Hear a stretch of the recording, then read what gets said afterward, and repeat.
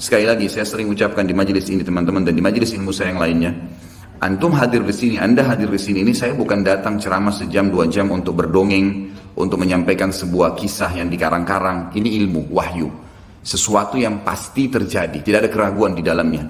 Jadi apapun yang disampaikan itu bukan hanya sekedar untuk didengar telinga kanan keluar telinga kiri. Ini jadi prinsip hidup, memang harus dipegangi. Karena itu fungsi daripada majelis ilmu. Kita mengambil wahyu, mengubah hidup kita menjadi lebih baik dari sebelumnya, lebih mengenal Allah, lebih takut akan azabnya, lebih tamak terhadap rahmatnya. Lalu kemudian kita memang meninggal dalam kondisi baik. Itu yang dimaksudkan.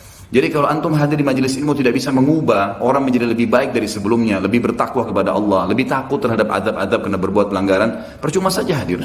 Harusnya memang bisa mengubah. Makanya fahami setiap ustadz yang datang, antum hadir di majelis ilmu manapun, target dia berbicara itu bukan seremoni, bukan menyampaikan, bukan penyanyi, bukan pelawak yang datang hanya sekedar menyampaikan untuk menghibur orang kemudian terima fulus atau duit untuk itu. Sama sekali. Setiap dai kalau dia ikhlas kepada Allah bukan itu targetnya. Tapi bagaimana dia bisa memberikan pemahaman kepada orang-orang yang akhirnya menjadi target amal jariah dia pada hari kiamat nanti. Agar mereka faham terhadap hukum Allah dan mereka aplikasikan itu. Dan mereka bangga untuk menjadi pegawai-pegawai tanda kutip Allah pencipta langit dan bumi ini. Saya dan teman-teman dai pasti sangat senang untuk bisa menjadi dai seperti ini. Karena kita menjadi pegawainya Allah. Menyampaikan apa yang Allah inginkan dan Allah akan berikan balasan. Antum pun merasa bangga sebenarnya karena berhasil memahami apa yang Tuhan kita inginkan dan selamat gara-gara itu. Itulah sebabnya kenapa Nabi SAW sholat sampai kakinya pecah-pecah. Dan Aisyah akhirnya hampir meneteskan air mata berkata, ya Rasulullah, bukankah dosa anda sudah diampuni yang lalu dan yang akan datang? Belum dikerjakan sudah diampuni. Jawaban Nabi SAW sederhana, afala akunu abdan syakura. Tidak layakkah saya menjadi orang yang bersyukur karena saya bisa diberikan petunjuk dan akhirnya saya bisa mengetahui mana boleh dan mana tidak boleh. Itu sebuah karunia yang sangat luar biasa bobotnya. Jadi jangan sampai apa yang kita sampaikan ini hanya sekedar kenangan, hanya sekedar sebuah informasi yang seperti hal yang lewat, seperti baca koran, bukan teman-teman. Dalil-dalil yang kita bacakan ini sesuatu yang pasti, wahyu, tidak ada keraguan di dalamnya. Yang pertama, tentang adanya kiamat, pasti berakhir semua kehidupan ini. Adanya berita dari Allah Subhanahu wa taala tentang hal tersebut sebagaimana kekal dalam firman-Nya dalam surah Ar-Rahman ayat 26 dan 27. A'udzu billahi minasyaitonir rajim. Kullu man 'alaiha fan wa yabqa wajhu rabbika dzul jalali wal ikram. Semua yang ada di bumi ini akan binasa, tidak terkecuali hancur, dan tetap kekal wajah Rabbmu yang mempunyai kebesaran dan kemuliaan. Firman Allah yang lain juga menjelaskan surah Al-Anbiya ayat 34 sampai 35. A'udzu billahi minasyaitonir rajim wa ma ja'alna li basharin min qablikal khulda afa in mitta fahumul khalidun kullu nafsin dha'iqatul maut wa nabluukum bisyarri wal khairi fitnah wa ilaina turja'un. Kami tidak menjadikan hidup abadi bagi seorang manusia pun sebelum kau, hai Muhammad. Jadi semuanya mati. Dari Adam pun manusia pertama sudah melalui proses kematian menuju ke alam akhirat itu. Maka jikalau kau mati, apakah mereka akan kekal? Ada orang-orang yang menolak ajaranmu itu akan bisa kekal? Maka tanda tanya, tiap-tiap yang berjiwa akan merasakan mati. Kami akan menguji kamu dengan keburukan dan kebaikan sebagai cobaan yang sebenar-benarnya. Artinya mengikuti kebenaran, kebaikan, patuh, dia akan selamat masuk surga. Itu cobaan, gitu kan? Dia berhasil lolos. Ada orang yang tidak berhasil, tetap dirumus dalam hal-hal yang dilanggar. Tapi Allah berusaha menariknya dengan peringatan-peringatan. Rasa takut, rasa penyesalan, rasa khawatir, dipermalukan oleh orang-orang di sekitarnya. Sampai puncaknya kalau tidak mau Allah tutup dengan su'ul khatimah, dengan tabrakan, dengan penyakit parah. Karena memang sudah tidak mau menyadari tentang peringatan Allah. Dan hanya kepada kamilah kalian pasti dikembalikan. Ini jelas firman Allah Subhanahu wa taala. Surah At-Taghabun ayat 7. A'udzu billahi minasyaitonir rajim. Za'ama alladziina kafaru allan yub'atsu. Qul bala wa rabbi latub'atsunna thumma latunabba'unna bima 'amiltum wa dzalika 'ala Allahi yasir. Orang-orang yang kafir mengatakan bahwasanya mereka sekali-kali tidak akan dibangkitkan lagi. Tidak ada hari kiamat, enggak ada hari hisab. Katakanlah hai Muhammad dengan jelas dan tegas, tidak demikian demi Rabbku, demi Allah, demi Tuhanku. Benar-benar kalian akan dibangkitkan, kemudian akan diberitakan kepada kalian apa yang telah kalian kerjakan. Yang demikian itu adalah mudah bagi Allah. Surah Al-Mutaffifin ayat 4 dan ayat 6. Bertubi-tubi ayat Al-Quran menceritakan kepada kita.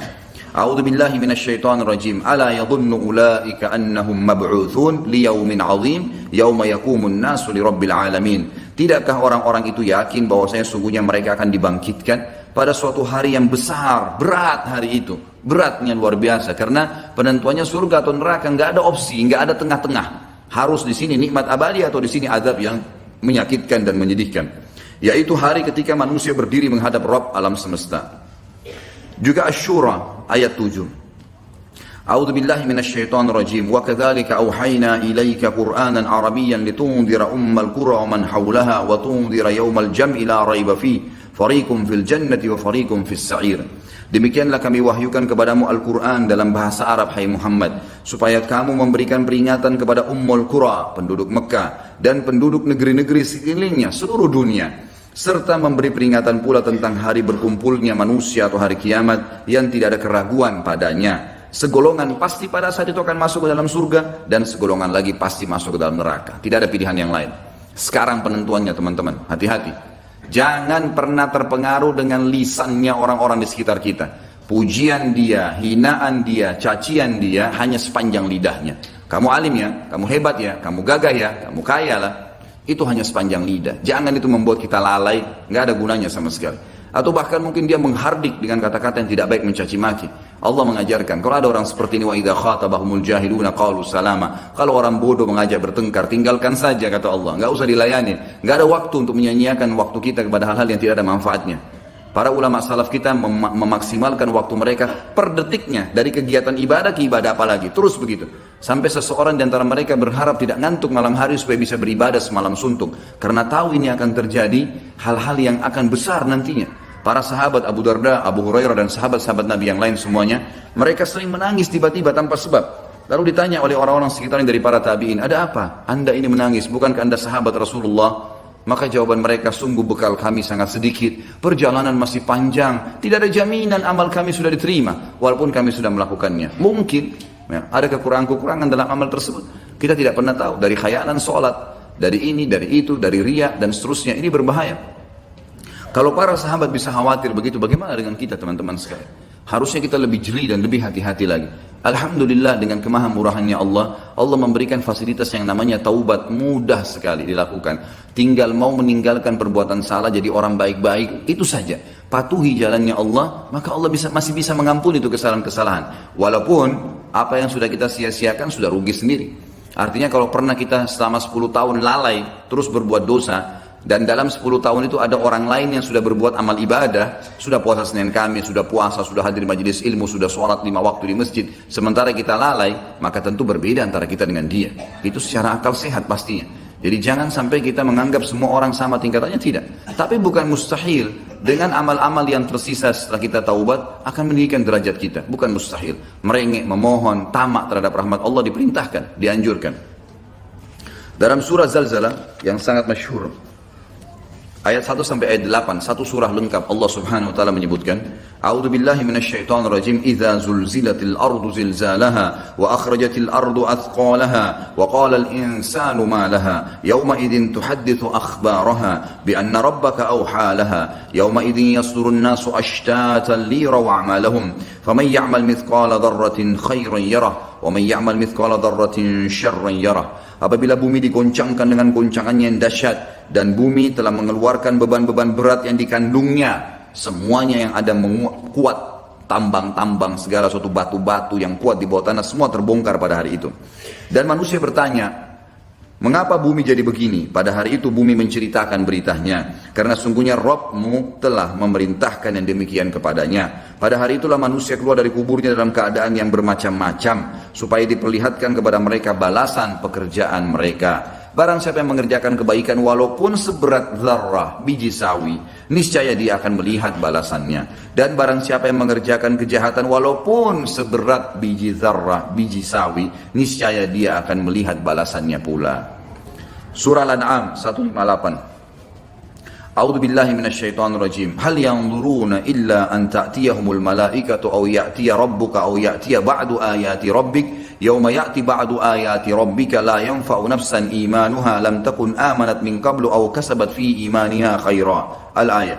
Yang mereka nanti-nanti, kapan mau taubat nih? Kapan yang kafir itu mau beriman kepada Allah?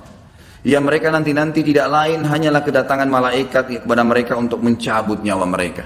Tidak ada yang lain. Berarti keras kepala, nggak mau taubat, nggak mau baik, nggak mau berubah, nggak mau meninggalkan dosa-dosa. Kalau gitu tunggu aja malaikat mau datang. Atau kedatangan Rabbmu, atau pada hari kiamat lebih dahsyat lagi. Atau kedatangan sebagian tanda-tanda Rabbmu, ya, tanda-tanda sebelum terjadi hari kiamat. Pada hari datangnya sebagian tanda-tanda Rabbmu, tidaklah bermanfaat lagi iman seseorang bagi dirinya sendiri yang belum beriman sebelum itu, atau dia belum mengusahakan kebaikan dalam masa imannya.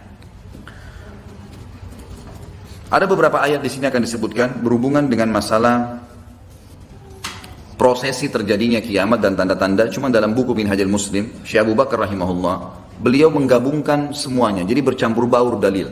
Makanya saya akan bacakan dulu semua dalilnya, dan nanti kita akan coba susun prosesi kejadian kiamat itu sendiri.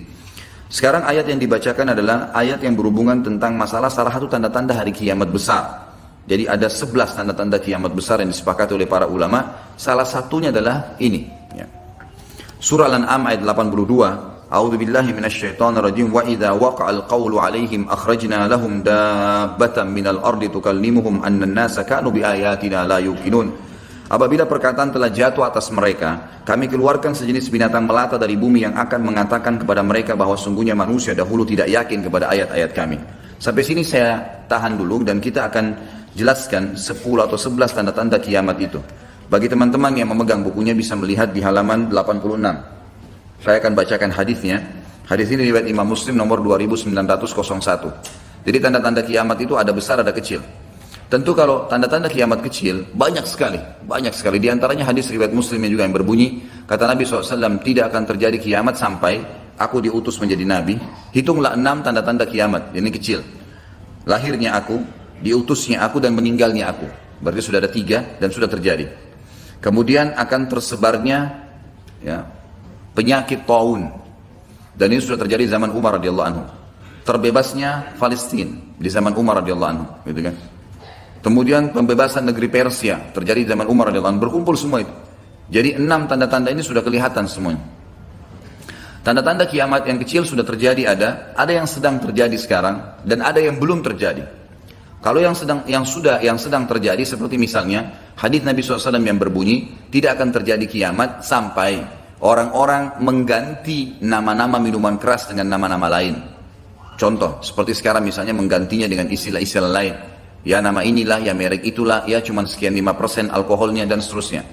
Hadis yang lain, tidak akan terjadi kiamat sampai zina tersebar, dianggap biasa, dan juga banyaknya laki-laki yang menyerupai perempuan. Dan juga minuman keras dianggap sebagai minuman yang biasa. Hadis sahih semuanya. Jadi ini semua kita lihat depan mata kita, sedang terjadi. Ya, sedang terjadi. Kemudian yang belum terjadi, itu seperti misalnya kalau tanda-tanda kiamat kecil terakhir sekali namanya Malhamah Kubra. Peperangan besar antara kaum muslimin dengan orang-orang Nasrani. Yang ini disebutkan panjang lebar dalam hadis Bukhari, lebih dari 3 lembar kalau tidak salah. Hadis ini berbunyi, kata Nabi SAW, kalian akan bersatu dengan Bani Asfar. Bani Asfar ini sebenarnya lebih tepatnya orang-orang Rum, ya, orang-orang Nasrani. Mereka akan bersatu, kalian akan bersatu dengan mereka untuk memerangi satu kaum. Tapi tidak disebutkan kaum ini siapa. Yang jelas kita akan bersatu satu waktu dengan kelompok-kelompok Nasrani ini, kemudian kita bersatu memerangi satu kaum. Allahu alam siapa mereka. Sebagian ulama berijtihad mengatakan komunis, ada yang mengatakan kapitalis, dan segala macam istilah, tapi kita beriman bahwasanya itu akan terjadi. Ringkas cerita, kalian akan memenangkan peperangan, pasukan tahaluf ini, sekutu ini akan menang. Kemudian setelah itu bubarlah semua pasukan dan tersisa pasukan di negeri Syam, Dan dari hadis ini juga ulama sekarang mengatakan kasus Syria ini akan berakhir dengan sendirinya, karena memang hadis ini menjelaskan adanya ketentraman di negeri Syam, ya, sebelum terjadi tanda-tanda kiamat besar. Pada saat itu pasukan muslimin, ya, sedang pulang ke negeri Syam bersama dengan pasukan Bani Asfar ini, ya, suku yang dikatakan dari bangsa Romawi. Kemudian mereka mengangkat bendera salib sambil mengayunkan dan mengatakan, kamilah yang telah memenangkan peperangan ini. Maksudnya kekuatan Nasrani. Maka yang muslim sempat, teman-teman mereka mengatakan, ini kan kita sekutu, bagaimana caranya kalian mengaku, ya, memenangkan sendiri. Terjadi cekcok di antara mereka. Lalu kata Nabi SAW, akhirnya segelintir muslimin yang ada di situ, Allah karuniakan mereka mati syahid, terbunuh semua. Lalu hari kedua, beberapa muslimin bersatu untuk, ya, berperang, dan mereka juga dikaruniakan Allah mati syahid. Hari ketiga berkumpul lagi muslimin untuk mereka berpegang pada satu kesepakatan untuk tidak akan membiarkan bahwasanya orang-orang Nasrani menganggap menang sendiri. Maka akhirnya hari ketiga pun mereka diikram oleh Allah, dikaruniakan syahadah, mati syahid. Nanti hari keempat barulah berkumpul seluruh muslimin dari seluruh penjuru bumi. Lalu terjadilah perang besar antara kalian dengan Bani Ahmar, dan mereka dibawa naungan 80 bendera. Sebagian ulama hadis mengatakan mereka dibawa 80 negara. Jadi perang besar-besaran. Dan di dalam kegiatan orang-orang Nasrani, di sebagian pastor dan pendeta, mereka menamakan akan terjadi nanti perang salib besar, puncak daripada penentuan siapa yang menang dan siapa yang kalah. Kita sebagai orang muslim bukan sedang memicu emosi untuk mempersiapkan diri, tapi memang ini hadis Nabi SAW, wahyu yang menyampaikan kita akan berperang melawan mereka, dan ini perang besar-besaran seluruh dunia akan terjadi. Maka kalian pun akan berperang, tapi tidak disebutkan waktunya berapa lama, sampai pasukan kalian menembus wilayah Rum dan kalian berhasil menjebolkan temboknya dengan takbir dan tasbih, berzikir. Dan tembok ini sebagian ulama mengatakan adalah Vatikan, karena memang satu-satunya markas orang-orang Nasrani yang menggunakan pintu gerbang. Kalau dibuka dianggap ada sebuah keputusan penting, kalau ditutup berarti sudah segala macam ya yang mereka kultuskan sekarang. Temboknya itu akan rubuh dengan takbirnya muslimin. Sebagian ulama hadis mengatakan karena banyaknya jumlah pasukan sampai akhirnya suara mereka begitu bergemuruh dan akhirnya meruntuhkan tembok itu. Allahu a'lam, itu makna hadis. Kemudian pada saat itulah syaitan, iblis menjelma jadi manusia lalu teriak di tengah-tengah pasukan muslimin berkata, wahai muslimin, Dajjal sudah keluar di tengah-tengah kalian. Dajjal sudah keluar di tengah-tengah kalian. Maka teriakan ini membuat pasukan muslimin, mereka tahu benar pada saat itu hadis Nabi SAW yang berbunyi, diriwayatkan Imam Bukhari Muslim, kalau kalian dengarkan Dajjal keluar di satu lokasi, maka selamatkanlah diri kalian walaupun ke gunung-gunung, gitu kan. Janganlah seseorang dari kalian berkata imannya kuat lalu dia sengaja menemui Dajjal, akhirnya dia menjadi pengikutnya. Jadi para mujahidin tahu masalah itu. Mereka bukan tidak berani, tapi mereka mengikuti sabda Nabi SAW. Maka mereka pun akhirnya pada pulang masing-masing. Kata Nabi SAW, mereka pun bubar ke wilayah masing-masing. Pada saat mereka tiba di wilayahnya, ternyata Dajjal tidak ada. Itu berita dusta. Dan pada saat itulah Dajjal keluar. Pada saat itulah Dajjal keluar. Dan Dajjal adalah tanda-tanda kiamat besar yang pertama. Tanda-tanda kiamat besar yang pertama. Jadi ini akan terjadi. Ini sekaligus saya menitik beratkan, ya, tidak bolehnya sembarangan orang ngomong. Sekarang soalnya ada beberapa orang, semoga Allah berikan hidayah, menentukan tahun ya akan terjadi kiamat. Bagaimana caranya menentukan tahun ini? Ini tanda-tanda depan mata kita masih ada yang belum terjadi. Dan ini peperangan besar seluruh dunia. Ini nggak main-main, ini bukan perang 1-2 hari.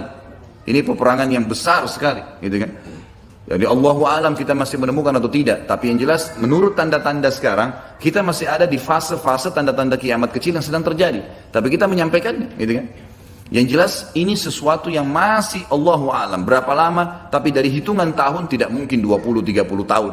Bukankah banyak orang menebak-nebak tahun 2000 sekian akan kiamat, 2000 sekian akan kiamat. Ini semua dari mana? Kita punya kiai dan guru kita Nabi Muhammad SAW menyampaikan kepada kita tanda-tandanya ada. Sebelum terjadi kiamat, tanda-tanda itu tidak akan terjadi kiamat. Kemudian kita akan masuk menjelaskan teman-teman sekalian tanda-tanda kiamat besar. Ada 11 yang disepakati tanda-tanda kiamat besar, sebagaimana disebutkan di dalam hadis riwayat Imam Muslim. Yang pertama adalah keluarnya Dajjal. Dan Dajjal ini diambil dari kata-kata Dajjala yang berarti kekacauan. Dan ini digunakan untuk nama seseorang yang memang akan dikeluarkan oleh Allah Azza wa Jalla sebagai fitnah bagi kaum muslimin. Makanya kita dalam tahiyat membaca wa'udzubika min fitnatil masih dajjal, dan jauhkanlah kami dari fitnahnya masih dajjal. Nanti akan saya paparkan panjang lebar. Yang kedua adalah sementara Dajjal membuat kerusakan di muka bumi, maka akan keluar Mahdi, yang kata Nabi SAW akan keluar seseorang yang sama namaku, Muhammad bin Abdullah, akan sama paras wajah dan poster tubuhku, sama persis dengan Nabi SAW, alisnya, matanya, kulitnya, dan dari keturunanku, dari kota Madinah. Jadi kan sebagian ulama hadis mengatakan ini kemungkinan dari turunan Hasan radhiyallahu anhu, karena memang sekarang yang banyak di Madinah itu turunan Hasan radhiyallahu anhu. Maka dia akan keluar dan Allah mengubahnya dalam sehari semalam. Kemudian dia keluar dari Madinah ke Mekah lalu dibayat dengan 300 orang, lalu kemudian mereka membentuk pasukan untuk mengejar Dajjal.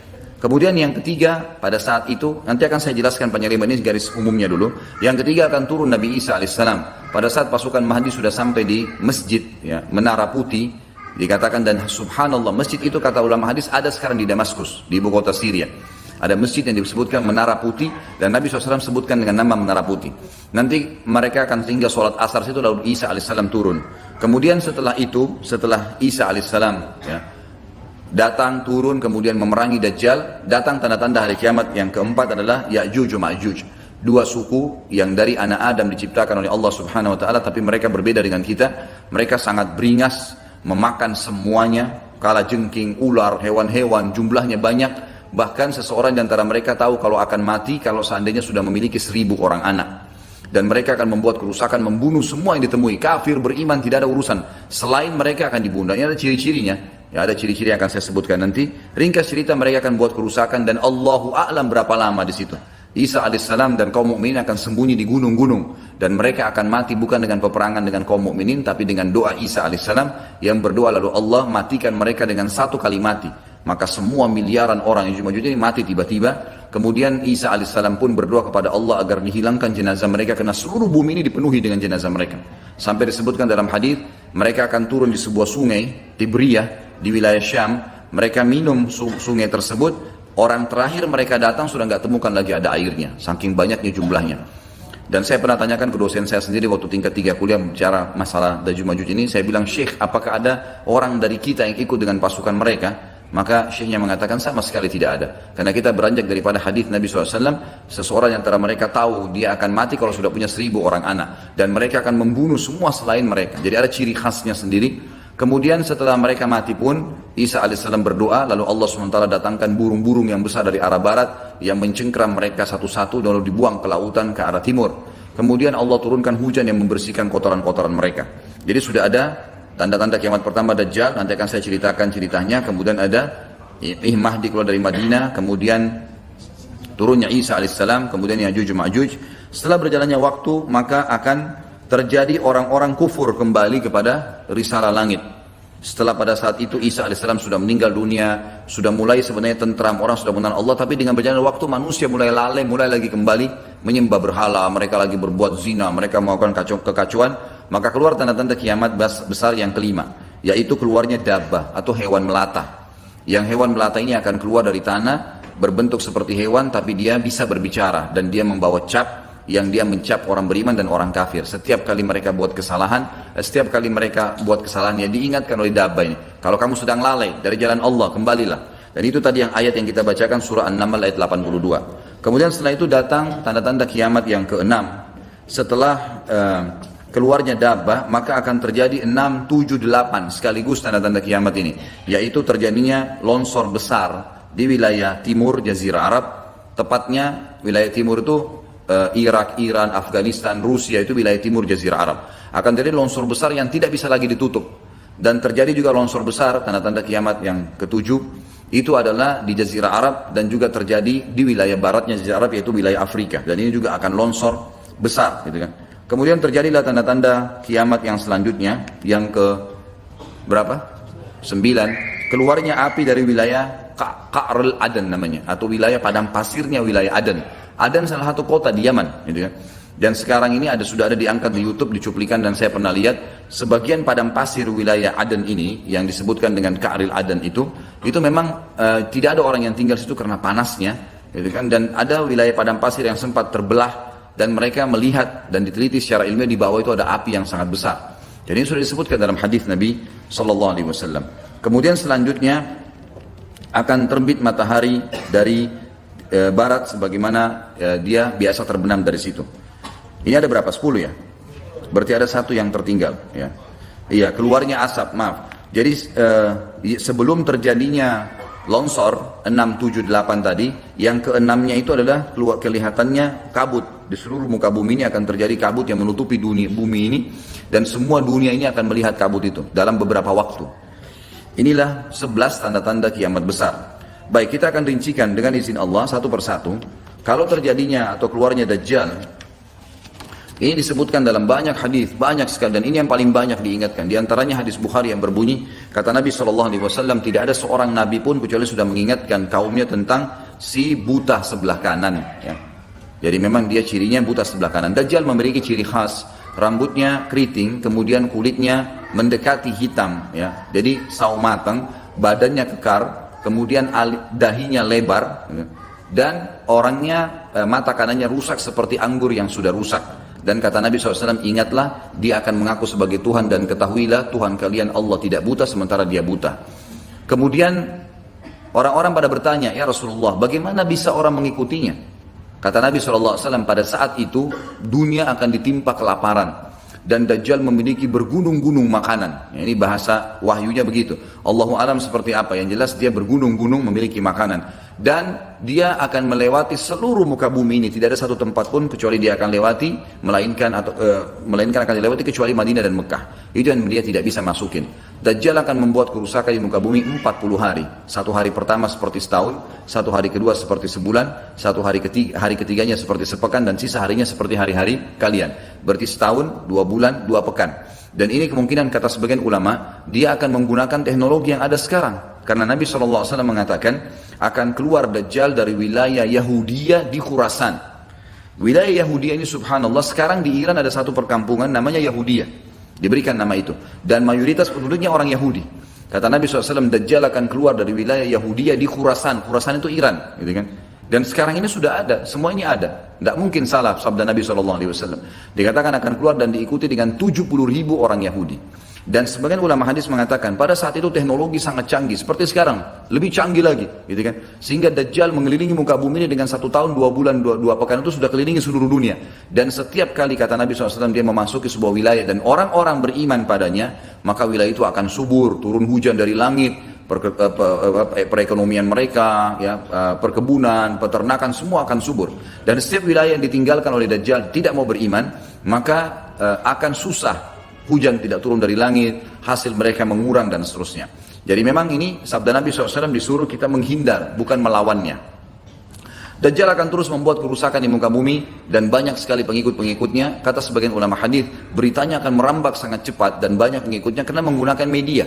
Kemungkinan menggunakan media kayak kita sekarang merambat luar biasa, mudah ditangkap informasinya.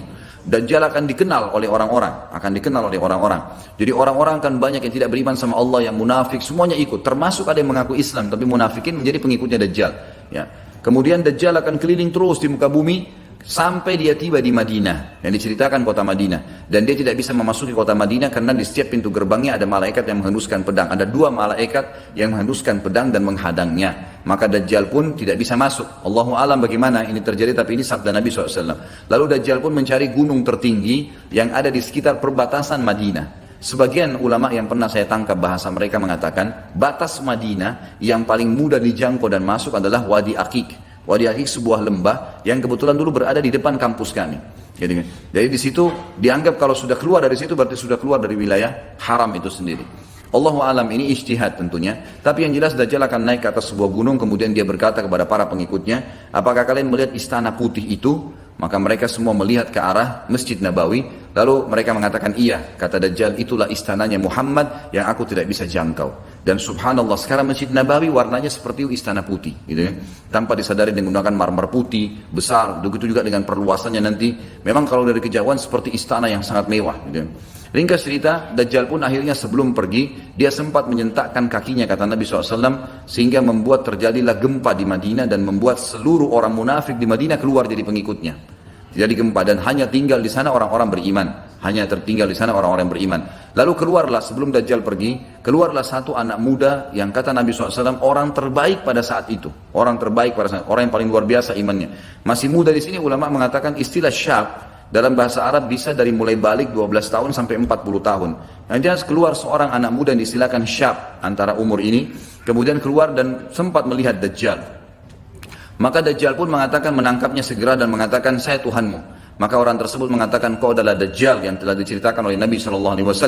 Karena dalam hadis yang lain dikatakan setiap orang mukmin bisa melihat di dahinya tulisan kafara yang berarti kufur. Dia bisa membaca bahasa Arab atau tidak, tapi dia akan bisa membaca dengan hikmah Allah. Matanya orang mukmin bisa melihat itu sehingga dia tahu ini adalah Dajjal.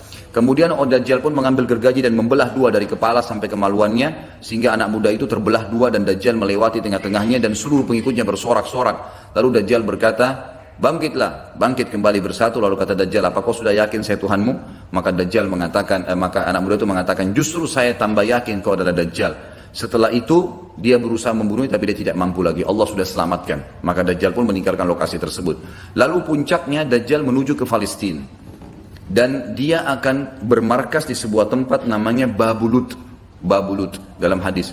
Subhanallah, sekarang ini sudah ada kota di Israel yang mereka rebut wilayah Palestina, sebuah seperti kecamatan, ya. Kalau yang saya tangkap, saya pernah ada cuplikannya, itu ternyata diberikan nama Babulut oleh orang Yahudi.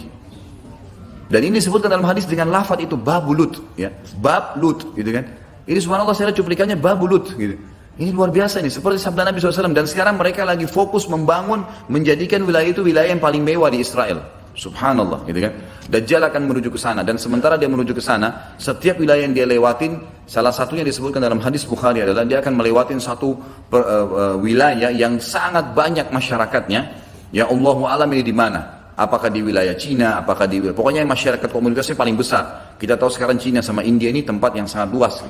Banyak masyarakatnya, dia akan melewati wilayah yang banyak masyarakatnya, lalu kemudian dia berkata kepada pemimpinnya, Allahu a'lam, ini presiden kah, raja kah, kepala suku kah, dia akan berkata bahwasanya saya Tuhanmu. Maka orang itu mengatakan, apa buktinya kau Tuhan saya? Dia bilang, bagaimana kalau saya hidupkan kedua orang tuamu? Apa kau akan percaya saya Tuhanmu? Maka orang itu berkata, tentu saja. Ada Dajjal, tunjukkan kuburannya, ditunjuk kuburannya, lalu Dajjal mengatakan, keluarlah. Maka keluarlah orang tuanya dan berkata ibu ayahnya, ikutlah pada orang ini, ikutlah pada ini karena dia adalah Tuhanmu. Maka akhirnya kepala suku atau kepala negara itu pun menyatakan ikut, dan seluruh masyarakatnya ikut. Jadi luar biasa, miliaran orang jadi pengikut Dajjal pada saat itu. Maka Nabi SAW sudah membongkar buat kita itu, berkata apa? Itulah dua syaitan yang menjelma untuk menipu manusia. Dan itu puncak terakhir sekali sebelum Dajjal menuju ke Israel. Lalu kemudian dia menuju ke Palestina, tapi disebutkan Israel, dikatakan Palestina dalam hadis. Lalu menuju ke sebuah wilayah yang namanya Babulut tadi. Lalu Dajjal berpesta pora di sana dengan pengikut-pengikutnya, mentuhankan dia berikan makanan, kaya raya, segala macam dia bisa lakukan, fitnah gitu kan. Akhirnya keluarlah pada saat sementara dia berjalan ke Babulut dan tiba di Babulut, keluarlah di Madinah Mahdi.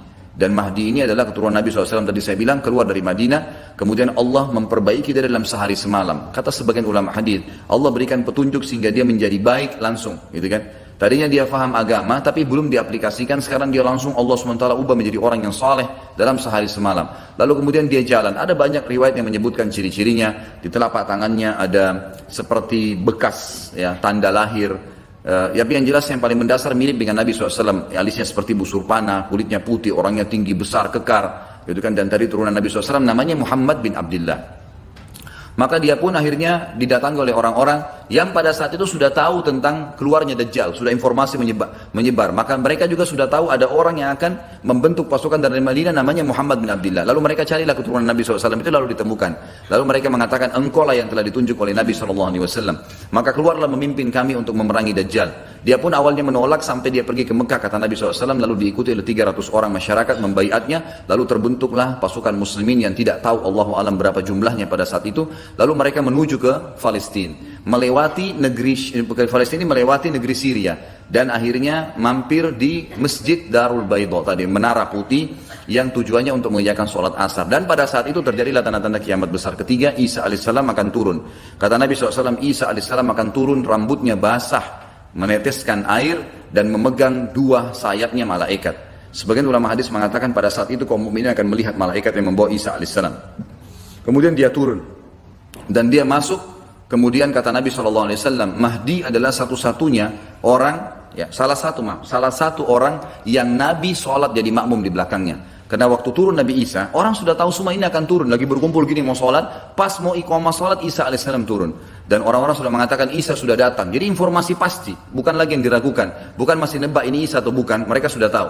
Turunnya kelihatan dan mereka masuklah. Lalu kemudian Mahdi mengatakan, silakan memimpin, hai Nabiullah. Kata Nabi Allah, imam dari diri kalian, dari kalian sendiri, dari kaum muslimin. Maka akhirnya dia pun menjadi imam. Kemudian terbentuklah pasukan tersebut, tiba di Babulut. Saya tutup dengan kisah Babulut ini. Pada saat tiba di Babulut, ya, tiba di Palestina, maka Dajjal tidak tahu yang datang ini siapa. Disebarkan berita oleh pengikutnya mengatakan, hai Dajjal, sudah datang pasukan yang ingin memerangi kita. Lalu Dajjal mengatakan, siapa yang berani mengalahkan saya? Siapa yang bisa? Bukakan pintu gerbang, kita tantang. Dia nggak tahu kalau Isa alaihissalam yang datang. Kemudian pada saat dibukakan, Dajjal dengan sombongnya, dia tahu dia tidak mati, gitu kan? Punya kekuatan super yang luar biasa. Begitu dibuka pintu gerbang, dia sengaja nunggu di pintu gerbang untuk menunjukkan, mendemonstrasikan kemampuannya di depan para pengikutnya. Ternyata waktu dibuka pintu gerbang, Isa alaihissalam di depan pasukan muslimin. Dan akhirnya begitu melihat Isa, dia coba melarikan diri dan badannya meleleh seperti melelehnya lilin, gitu kan? Jalan terus meleleh sampai akhirnya Isa alaihissalam mengejarnya sambil mengatakan, wahai musuh Allah, sudah saatnya kau mati. Diletakkan di tanah, ditekan oleh Isa alaihissalam, lalu kemudian ditombak di antara dua matanya dengan tombak emas, yang akhirnya membuat Dajjal mati. Pada saat itu pun Yahudi mengetahui masalah itu, sehingga mereka menyebar. Ya, mereka menyebar dan Isa alaihissalam sudah tahu instruksi dari Allah untuk membunuh semua pengikut Dajjal. maka semua pun pengikut Dajjal dari Yahudi ini menyebar di bawah pohon, di atas batu, dan semuanya akan berbicara mengatakan, hai muslim, ini Yahudi, bunuhlah dia. Maka semuanya pun dibunuh oleh kaum muslimin kecuali satu pohon garkat. Pohon garkat ini pohon yang punya duri dan buahnya pahit. Dulu di kuburan Baqi cukup banyak, ya. Sekarang subhanallah di Israel paling banyak ditanam pohon garkat karena mereka tahu bahwasanya itu tidak akan berbicara untuk menunjukkan siapa mereka. Jadi kebodohan orang Yahudi tahu kebenaran ini tapi mereka tidak beriman. Makanya wajar Ibnu Abbas berkata dalam nama ghairil maghdubi alaihim, bukan orang yang bermuka adalah orang-orang Yahudi karena kebodohannya. Maka pada saat itu pun dibunuhlah semuanya. Dan termasuk kata ulama hadis sebenarnya yang sembunyi di sekitar pohon garkat. Garkat ini tidak bicara, hai muslim, ini Yahudi. Tapi orang Islam pada saat itu kata ulama hadis mengetahui kalau ini pohon garkat. Jadi memang sudah punya gambaran. Sehingga walaupun sembunyi di pohon garkat tetap akan dibunuh oleh kaum muslimin. Karena orang-orang Yahudi tidak mengikrarkan syahadat. Mereka walaupun sudah tahu kebenaran, mereka memang tidak mau syahadat. Makanya Nabi SAW mengatakan, jangankan Isa AS, Nabi Muhammad SAW saja di zamannya, kata beliau, kalau ada 12 orang dari Yahudi yang mengucapkan syahadat, beriman pada saya, maka seluruh Yahudi akan beriman. Saking sulitnya, 12 orang saya sudah cukup. Tapi pada saat itu pun sama, walaupun dibunuh mereka tidak mau beriman kepada Allah SWT. Ini juga terjadi pada saat terjadi pembunuhan suku Quraidah. Jadi pada saat itu Nabi SAW mengepung mereka, diberikan kesempatan untuk taubat. Mereka tidak mau, akhirnya mereka menganggap kalau dibunuh oleh Nabi SAW, dibunuh oleh kaum muslimin, mereka akan menuju ke surga, gitu kan. Jadi mereka pasrah dengan dibunuh, mereka anggap itu akan menuju ke surga, dan ini kebodohan, ya, ini kebodohan. Maka pada saat itu selesailah urusan orang-orang Yahudi ini, dan Isa AS akan memimpin di muka bumi selama, ada riwayat mengatakan 7 tahun, ada yang mengatakan 40 tahun. Membuat keadilan, dan Isa akan membunuh semua babi, menghancurkan semua salib, dan tidak ada rumah satupun kata Nabi SAW di muka bumi kecuali akan masuk ke dalam Islam, baik dalam keadaan mulia ataupun menolak, terhina. Jadi sudah tidak ada, seluruh muka bumi ini akan jadi Islam pada saat itu. Jadi sampai sini insya Allah bahasan kita akan lanjutkan nanti, pertemuan akan datang, dan silakan kalau ada pertanyaan ditulis di kertas, setelah sholat kita akan bahas.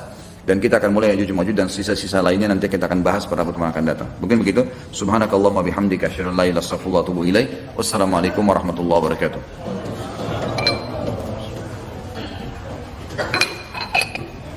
Assalamualaikum warahmatullahi wabarakatuh. Alhamdulillah wassalatu wassalamu ala Rasulillah. Setelah saya pertimbangkan, kayaknya saya harus selesaikan tanda-tanda hari kiamat itu, karena masih ada bahasan beberapa hal yang berhubungan dengan masalah mahsyar, kemudian surga dan neraka. Maka kita lanjutkan setelah tadi Dajjal terbunuh dan pengikut-pengikutnya juga mati.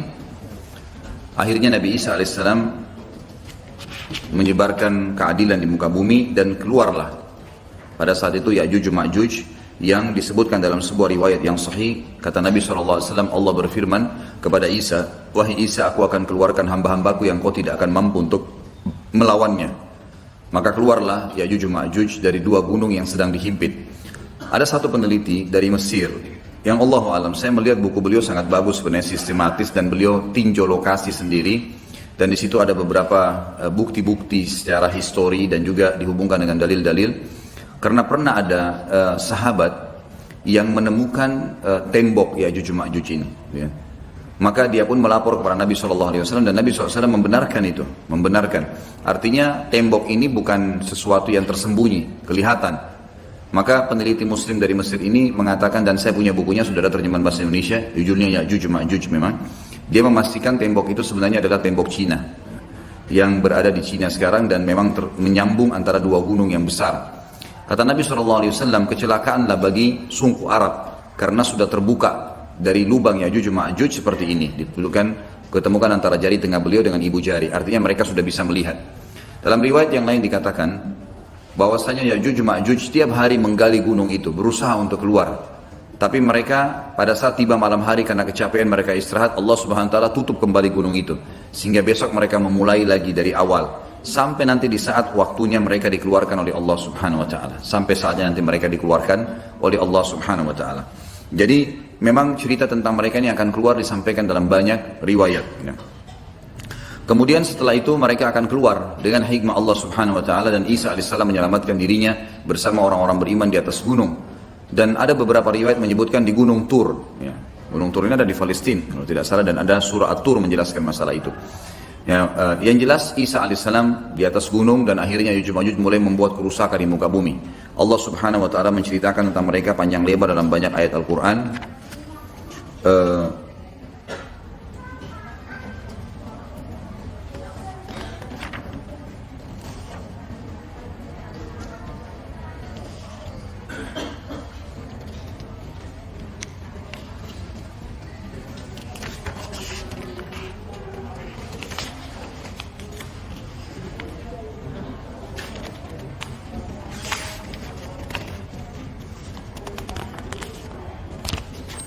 Ya.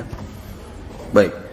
Yang jelas diceritakan dalam Al-Quran tentang cerita mereka Ya'juj Ma'juj ini, dan mereka akan keluar tepatnya di surah Al-Anbiya ayat 96 sampai 97. Dan yang pegang buku ada di halaman 82 itu.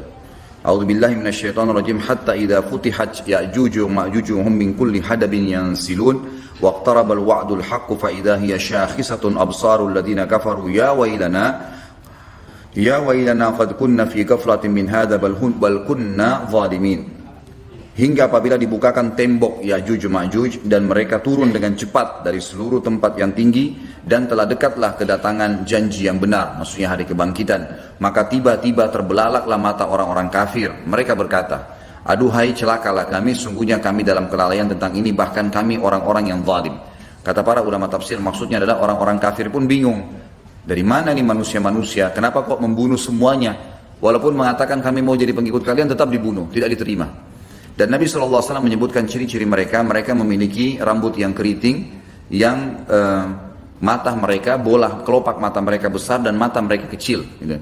Kemudian mereka memiliki kulit yang mendekati kekuning-kuningan. Ya, kekuning-kuningan. Ini riwayat yang menjelaskan tentang postur tubuh, dan mereka tidak terlalu tinggi dan tidak terlalu pendek, seperti manusia biasa. Cuma mereka sangat beringas. Dan mereka pada saat menemui siapapun mereka membunuhnya. Termasuk dalam riwayat dikatakan mereka akan memakan ular, kalajengking, semuanya akan dimakan. Dan mereka membunuh semua yang ditemui, termasuk pada saat mereka sudah membunuh orang-orang yang ditemui, hewan-hewan, semuanya dibunuh, diberantas di muka bumi ini. Maka mereka pun akhirnya mengangkat anak-anak panah mereka mengarah ke langit. Lalu dengan fitnah, Allah SWT berikan fitnah, jatuhlah anak-anak panah tersebut dengan berlumuran darah. Maka mereka mengatakan dalam riwayat Bukhari, qatalna man fil ardi wa qatalna man fis sama. Kami telah membunuh semua yang di bumi dan telah membunuh semua yang di langit. Maka mereka betul-betul membuat kerusakan di muka bumi. Maka Isa alaihissalam pada saat itu berdoa kepada Allah Subhanahu wa taala agar menghukum atau mematikan mereka, maka diijabahlah doa Nabi Isa alaihissalam. Tapi di sini Allahu alam tidak disebutkan berapa lama. Tapi ini kalau dilihat dari mereka menguasai dunia, mereka memenuhi seluruh muka bumi ini dengan penuh, ya, sampai waktu mereka mati nanti seluruh muka bumi ini kata Nabi SAW dipenuhi oleh jasad mereka. Berarti penuh, luar biasa, jumlahnya banyak. Ini tidak akan memakan waktu 1 tahun 2 tahun ini. Gitu. Ini akan bisa belasan mungkin puluhan tahun, Allahu alam. Gitu. Sampai akhirnya mereka sudah tidak ada yang bisa menampung lagi. Maka Isa alaihissalam berdoa kepada Allah Subhanahu wa taala agar Allah mematikan mereka, dan akhirnya Allah Subhanahu wa taala mengeluarkan memberikan kepada mereka hama. Sebagian riwayat menjelaskan seperti serangga kecil yang keluar dari leher mereka, yang akhirnya membuat mereka mati semua serentak dengan satu kali mati. Semuanya tiba-tiba jatuh dan mati, dan jenazah mereka memenuhi muka bumi ini. Lalu Isa alaihissalam mengutus 4 orang dari pasukan terbaiknya Isa alaihissalam untuk turun dari gunung untuk memeriksa. Dan kata Nabi SAW, mereka lah penunggang-penunggang kuda terbaik pada saat itu. Dan kalau kalian ingin, saya akan menceritakan kepada kalian tentang warna kudanya, tentang warna baju mereka. Karena Nabi SAW diperlihatkan tentang 4 orang itu. Kemudian mereka pun keliling dan mereka menemukan ternyata Ya'juj Ma'juj semua sudah mati, dan mereka melapor kepada Isa alaihissalam. Maka Isa pun berdoa kepada Allah agar dihilangkan jenazah itu, dihilangkan mereka. Lalu datanglah burung-burung dari arah barat yang memiliki leher-leher yang panjang seperti unta, lalu mencengkeram mereka, lalu membawa mereka ke arah lautan. Setelah itu Allah Azza wa Jalla menurunkan hujan yang lebat sehingga membersihkan muka bumi ini jadi bersih. Baik, setelah itu ada riwayat yang disebutkan oleh Syekh Abu Bakar di sini, sebuah riwayat yang cukup panjang. Ini hadis diriwayatkan oleh Imam Muslim nomor 2940. Dan ini saya akan bacakan sebentar lagi. Yang bunyinya kata Nabi SAW, yakhruju dajjalu fi ummati fayamkuthu arba'in fayab'athu Allah Isa ibn Maryam ka'annahu Urwah ibn Mas'ud fayatlubuhu fayuhlika thumma yamkuthu an-nasu 7 sinin laysa baina ithnaini adawa thumma yursilu Allah rihan baridatan من قبل الشام فلا يبقى على وجه الأرض من في قلبه مثقال ذرة من خير أو إيمان إلا قبضته حتى لو أن أحدكم دخل في كبد جبل لدخلته عليه حتى تقبضه فيبقى شرار الناس في خفة الطير وأحلام السباع لا يعرفون معروفا ولا ينكرون منكرا ويتمثل لهم الشيطان فيقول ألا تستجيبون فيقولون فماذا تأمرنا فيأمرهم بعبادة الأوثان وهم في ذلك دار رزقهم حسن عيشهم ثم ينفخ في الصور فلا يسمعه أحد إلا أصغى ليتا ورفع ليتا وأول من يسمعه رجل يلوط حوض إبله قال فيسعق ويسعق الناس ثم ينزل الله مطرا كأنه الطل فتنبت منه أجساد الناس ثم ينفخ فيه أخرى فإذا هم قيام ينظرون ثم يقال يا أيها الناس هلم إلى ربكم وقفوهم إنهم مسؤولون sebagaimana ayat jelaskan itu ثم يقال أخرجوا بعث النار فيقال من كم فيقال من كل 1999 فذلك يوم يجعل الولدان شيبا وذلك يوم يكشف عن ساق. Artinya Dajjal akan keluar di tengah-tengah umatku dan ia akan tinggal selama 40. Ini tadi sudah saya jelaskan, sekitar ada yang mengatakan 40 tahun, ada yang mengatakan 40 tahun, tapi riwayat lain menjelaskan 40 hari, tapi hari pertamanya setahun, hari keduanya sebulan, hari ketiganya sepekan dan sisa harinya seperti hari-hari kalian. Lalu Allah membangkitkan Isa putra Maryam, ia mirip sekali dengan Urwa bin Mas'ud, ada sahabat Nabi. Maka Isa mencari Dajjal dan kemudian membunuhnya. Setelah itu manusia tinggal selama 7 tahun tanpa ada permusuhan di antara mereka. Kemudian Allah meniupkan angin dingin dari arah negeri Syam. Nah ini saya ingin jelaskan. Jadi pada saat terjadi Isa alaihissalam sudah membunuh Dajjal dan terjadi keadilan di muka bumi, kata ulama hadis, makna hadis ini adalah setelah itu Isa alaihissalam berjalan. Ada riwayat menjelaskan Isa menyebarkan berhukum selama 40 tahun. Lalu Isa alaihissalam menjadi hakim sampai Isa alaihissalam meninggal dunia.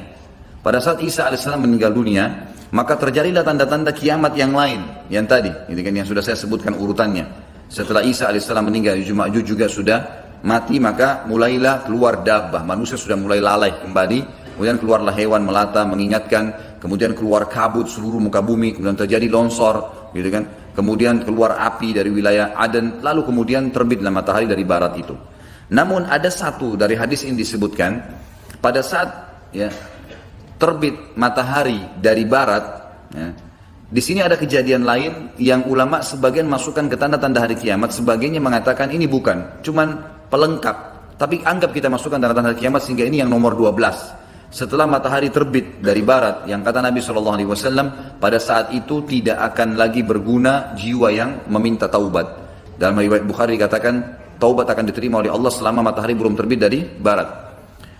Kata Nabi SAW dalam hadis yang saya bacakan riwayat Muslim, setelah itu manusia tinggal selama 7 tahun tanpa ada permusuhan di antara mereka. Yang dimaksud di sini adalah mereka setelah kejadian-kejadian besar, Isa alaihissalam mati, setelah 40 tahun buat keadilan, setelah Isa alaihissalam mati ada 7 tahun setelah itu lagi tambahan jadi 47 tahun. Tapi setelah Isa meninggal 7 tahun tidak ada permusuhan di antara manusia.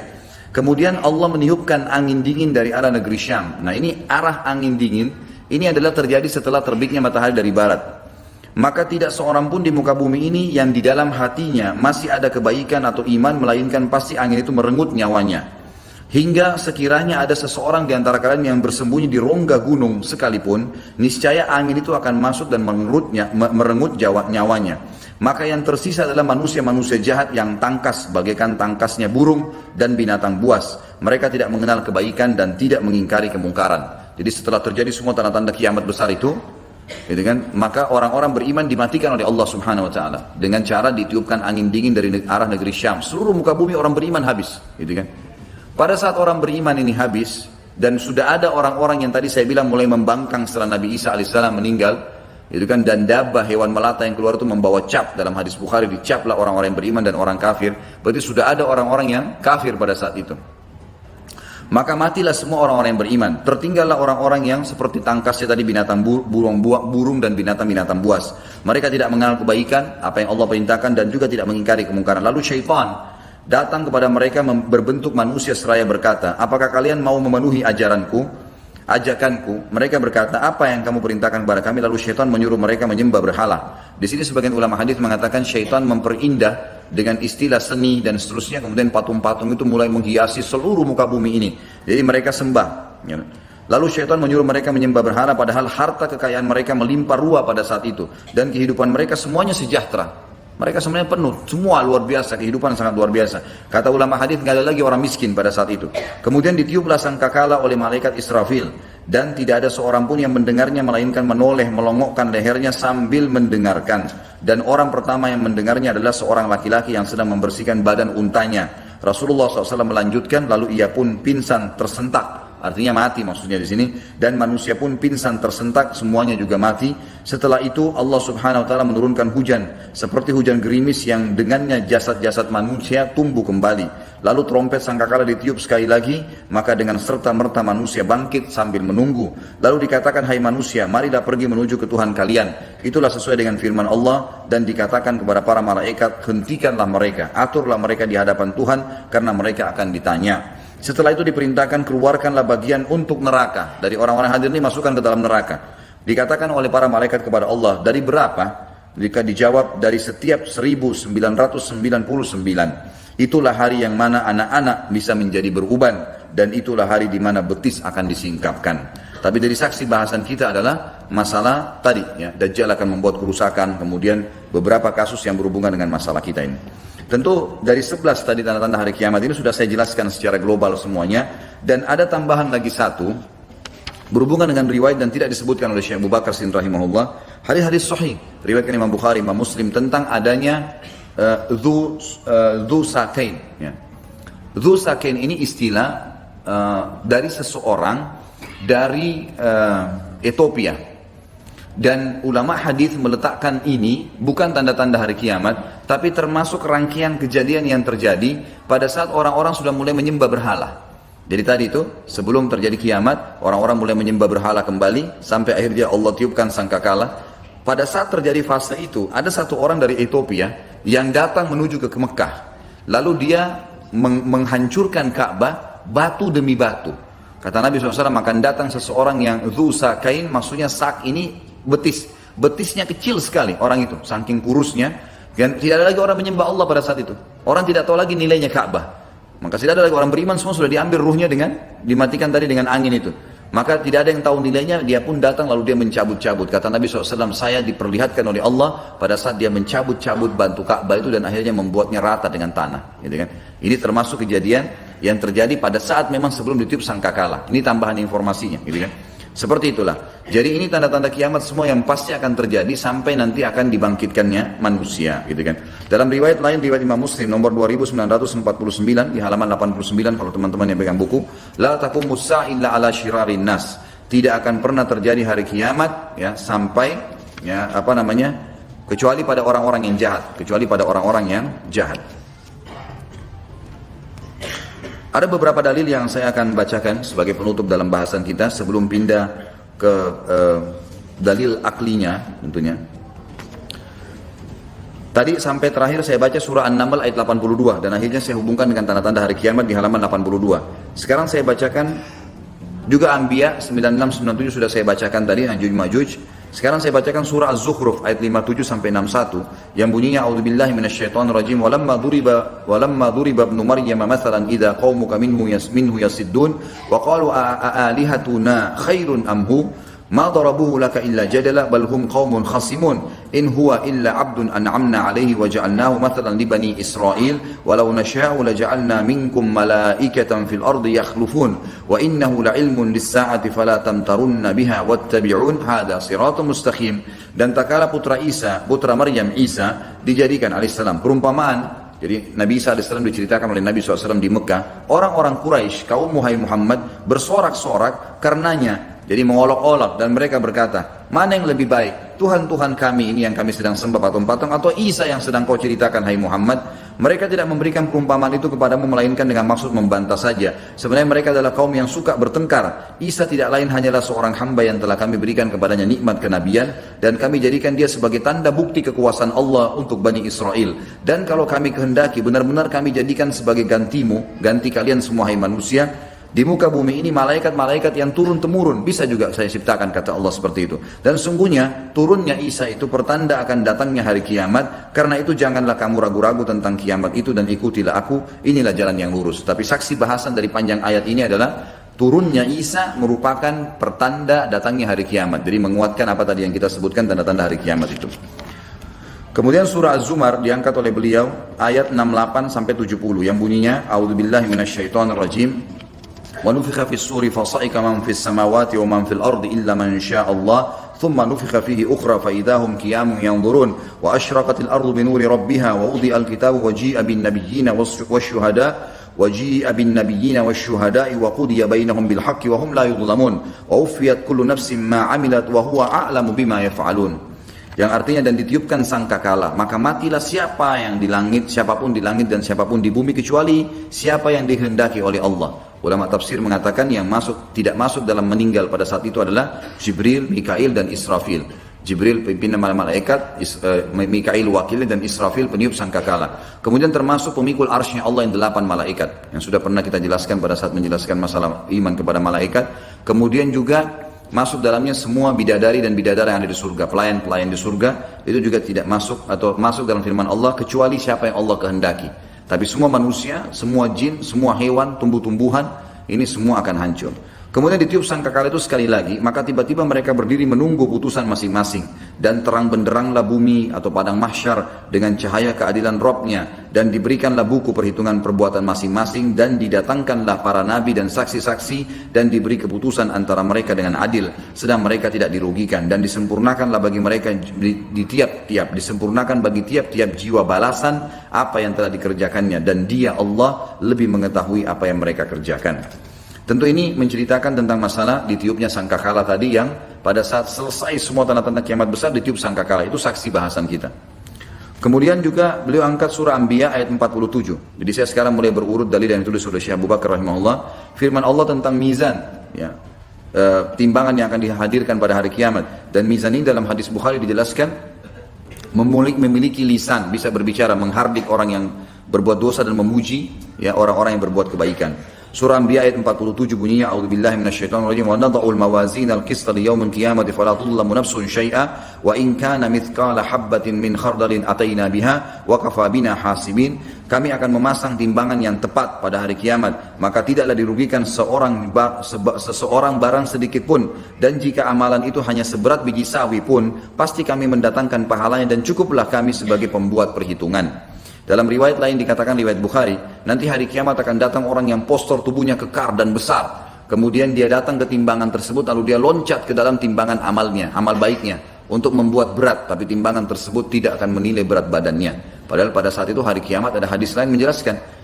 Kata Nabi SAW, kalian akan dibangkitkan semua laki-laki seperti poster ayahnya Adam, 60 siku ke langit. Ya, kurang lebih 27,5 meter. Dan semua perempuan 40 siku ke langit seperti ibunya Hawa, ya, 17,5 meter. Jadi orang sangat besar postur tubuhnya. Tapi timbangan itu akan diletakkan dalam kondisi adil. Tidak akan menimbang kecuali yang Allah suruh, amal baik dan amal buruk saja. Ya.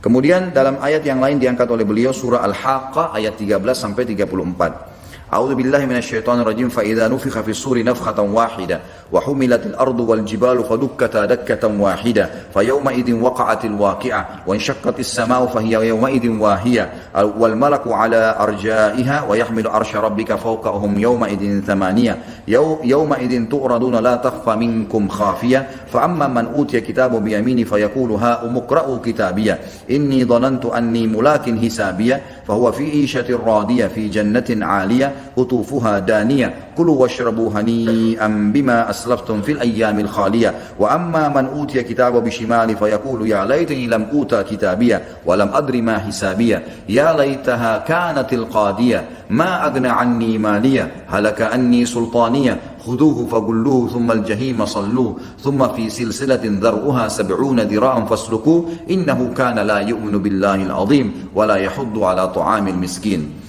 Maka apabila sangkakala ditiup sekali tiup, dan ini saksi bahasan kita karena tadi kita bahas sampai bahasan ini kan. Dan diangkatlah bumi dan gunung-gunung, lalu dibenturkan keduanya sekali benturan. Semuanya dihantamkan satu sama yang lain. Maka pada hari itu terjadilah kiamat dan terbelahlah langit. Karena pada hari itu langit menjadi lemah dan malaikat-malaikat berada di penjuru-penjuru langit.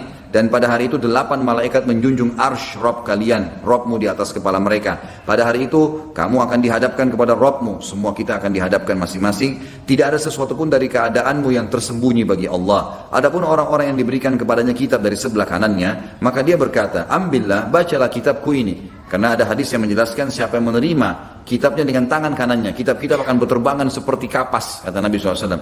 Dan masing-masing akan datang ke orang. Yang datang ke tangan kanannya walaupun dia belum baca, dia udah tahu dia akan selamat. Karena bangganya dan senangnya dia mengatakan, ambil kitabku ini, bacalah, isinya pasti baik gitu.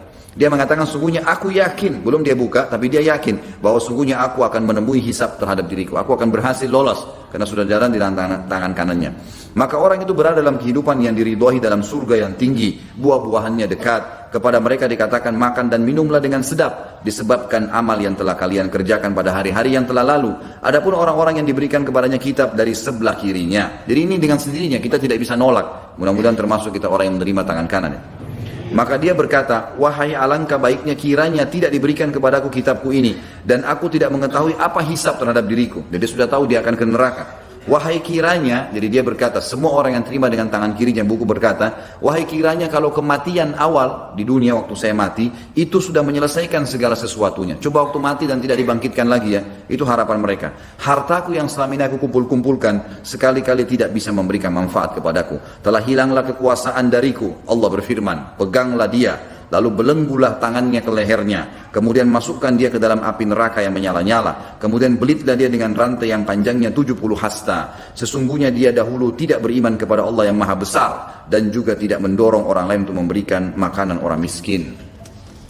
Firman Allah SWT tentang hasyar, perhimpunan di mahsyar, disebutkan oleh beliau dalam surah Maryam ayat 68-72. Yang bunyinya, A'udzubillahi minasyaitonirrajim. فَوَرَبِّكَ لَنَحْشُرَنَّهُمْ وَالشَّيَاطِينَ ثُمَّ لَنُحْضِرَنَّهُمْ حَوْلَ جَهَنَّمَ جِثِيًّا ثُمَّ لَنَنْزِعَنَّ مِنْ كُلِّ شِيئَةٍ أَيُّهُمْ أَشَدُّ عَلَى الرَّحْمَنِ عِتِيًّا ثُمَّ لَنَحْنُ أَعْلَمُ بِالَّذِينَ هُمْ أَوْلَى بِهَا صِلِيًّا وَإِنْ مِنْكُمْ إِلَّا وَارِدُهَا كَانَ عَلَى رَبِّكَ حَتْمًا مَقْضِيًّا ثُمَّ نُنَجِّي الَّذِينَ اتَّقَوْا وَنَذَرَ الظَّالِمِينَ فِيهَا جِثِيًّا. Demi Rabbmu, sesungguhnya akan kami bangkitkan mereka bersama syaitan yang sudah mengganggu-ganggu manusia selama ini, dibangkitkan bersamaan sekalian. Kemudian akan kami datangkan mereka di sekeliling Jahannam, neraka Jahannam dalam keadaan berlutut. Kemudian pasti akan kami tarik dari tiap-tiap golongan siapa di antara mereka yang sangat durhaka kepada Zat yang Maha Pemurah, dan kemudian kami sungguh lebih mengetahui orang-orang yang seharusnya dimasukkan ke dalam neraka. Dan tidak ada seorang pun dari kalian melainkan mendatangi neraka itu. Hadis Bukhari menjelaskan akan dibentangkan sirat di atas neraka yang sangat gelap dan tidak ketahuan berapa. Kata Nabi SAW tidak ditahu berapa jauh jaraknya. Dibentangkan di atas neraka dan semua orang akan melewatinya termasuk orang beriman. Kata Nabi SAW golongan pertama yang melewati sirat adalah orang yang memiliki cahaya seperti bulan purnama di malam Lailatul Qadar. Kemudian seperti orang yang memiliki cahaya bulan purnama dan cepatnya seperti kilat, tiba-tiba melewati neraka dan ada di Kantara. Kantara sebuah tempat lapangan luas di depan surga menunggu untuk masuk ke dalam surga. Kemudian golongan kedua adalah orang-orang yang seperti menunggangi kuda, kecepatan kuda. Kemudian yang ketiga seperti orang yang berlari, yang keempat seperti orang yang berjalan, lima seperti orang yang merangkak, dan akan ada orang-orang yang akan dicambuk oleh malaikat di kiri kanan sirat yang membuat mereka jatuh ke neraka karena mereka pantas untuk masuk ke situ. Ini makna dari firman Allah, dan tidak ada seorang pun dari kalian melainkan mendatangi neraka itu. Hal ini bagi Rabbmu adalah suatu kemestian yang sudah ditetapkan. Kemudian kami akan menyelamatkan orang-orang yang bertakwa dan membiarkan orang-orang yang zalim dalam neraka dalam keadaan berlutut. Tentu poin kedua yang disampaikan oleh Syekh Abu Bakar rahimahullah adalah penyampaian Nabi SAW tentang hari kiamat. Dan saya akan menyampaikan beberapa poinnya di sini. Untuk memastikan memang pertemuan akan datang, insya Allah saya akan bahas khusus masalah surga dan neraka, karena ini tinggal beberapa dalil saya akan sampaikan. Yang belum saya bacakan hadisnya adalah kata Nabi SAW di halaman 89 hadis riwayat Muslim di footnote nomor 66 2955 ya. Kata Nabi SAW, ma baina nafkhataini arba'un thumma yunzilullahu minas sama'i ma'an fayambutuna kama yambutul baqal wa laysa minal insani syai'un illa yabla illa azman wahidan wa huwa 'adzbud dhanab minhu yurakkabul khalqu yaumal qiyamah. Jarak waktu antara dua tiupan trompet penghancuran dan pembangkitan adalah 40. Ulama hadis berikhtilaf masalah ini, 40 hari, 40 tahun, ya 40 waktu, ini Allahu alam. Kemudian Allah menurunkan air dari langit, maka seluruh manusia tumbuh sebagaimana tumbuhnya sayuran. Tidak ada sesuatu pun dari jasad manusia melainkan hancur kecuali sepotong tulang, yaitu tulang ekornya. Darinya lah semua manusia diciptakan ulang pada hari kiamat. Kemudian juga Nabi SAW pernah berkhutbah dalam hadis Muslim, riwayat Imam Muslim nomor 2660. Ayuhan nas, innakum mahsyuruna ila rabbikum hufatan uratan gurla, ala wa inna awwal al-khalqi yuksa Ibrahimu alaihi salam, ala wa innahu sayuja'u bi rijalin min ummati fayukhadu bihim dhata shimal, fa aqulu ya rabbi ashabi, fayaqulu innaka la tadri ma ahdathu ba'dak. Wahai sekalian manusia, sungguhnya kalian pasti akan dihimpunkan di mahsyar di hadapan Rabb kalian dalam keadaan telanjang kaki, telanjang badan dan tidak bersunat. Dalam riwayat Imam Muslim yang lain disebutkan, Aisyah berkata, ya Rasulullah, kalau begitu laki-laki perempuan akan saling lihat-melihat. Kata Nabi SAW, bukan waktu itu Aisyah bukan lagi seperti apa yang kau bayangkan. Jadi orang sudah tidak memikirkan lagi melihat aurat orang lain, gitu kan? Seperti kasus teman-teman kalau sedang terjadi misalnya Jakarta lagi diserang dengan musuh dan orang lagi dibantai sana sini. Kemudian ada orang jalan telanjang lari di pinggir jalan, masih ada sempat orang memikirkan masalah syahwatnya? Sudah tidak mungkin. Atau terjadi kebakaran yang luar biasa, dia akan terbakar. Dia berusaha menyelamatkan dirinya. Keadaan pada hari kiamat lebih dahsyat daripada itu. Ketahuilah bahwa sungguhnya orang pertama yang diberikan pakaian adalah Ibrahim alaihissalam. Dan ketahuilah bahwa sungguhnya nanti akan didatangkan beberapa orang dari umatku, lalu mereka diseret ke kiri. Maka pada saat itu aku berkata, ya Rabb, itu adalah para sahabatku. Maka Allah menjawab, sungguhnya kau tidak tahu apa yang mereka lakukan sepeninggalmu. Kata ulama hadis, sahabat-sahabat Nabi yang dimaksud sini adalah orang-orang yang datang beriman pada Nabi SAW pada saat hari Fath, pembebasan kota Mekah. Berbondong-bondong suku-suku Arab masuk Islam. Dan mereka kelihatan pada saat itu seperti penyampaian hadis ini. Mereka meninggalkan ajaran Nabi SAW dengan menolak pembayaran zakat. Dan akhirnya oleh Abu Bakar diperangin. Jadi ini bukan dimaksud adalah sahabat-sahabat yang sudah beriman. Karena Abu Bakar, Umar, Uthman, Ali, Talha, Zubair dan semua ini sudah dapat jaminan surga. Ahli Badar, ahli Uhud yang sudah mati syahid. Jadi makna hadis adalah yang dimaksud sahabat-sahabat Nabi yang memang masuk Islam kemudian mereka murtad setelah Nabi SAW meninggal. Dalam hadis lain dikatakan, saya akan tunggu kalian di Haud. Haud ini adalah tempat beliau SAW, telaga beliau di mahsyar. Setelah ditimbang amal, siapapun yang lolos bisa minum di situ.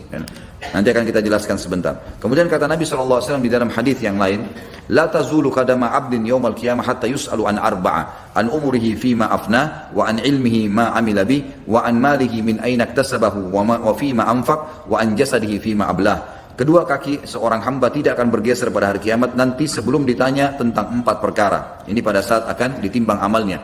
Tentang umurnya, untuk apa ia habiskan. Tentang ilmunya, apa saja yang ia lakukan dengannya. Jadi ilmu yang antum dengar ini bukan cuma sekali dengar, diamalkan enggak?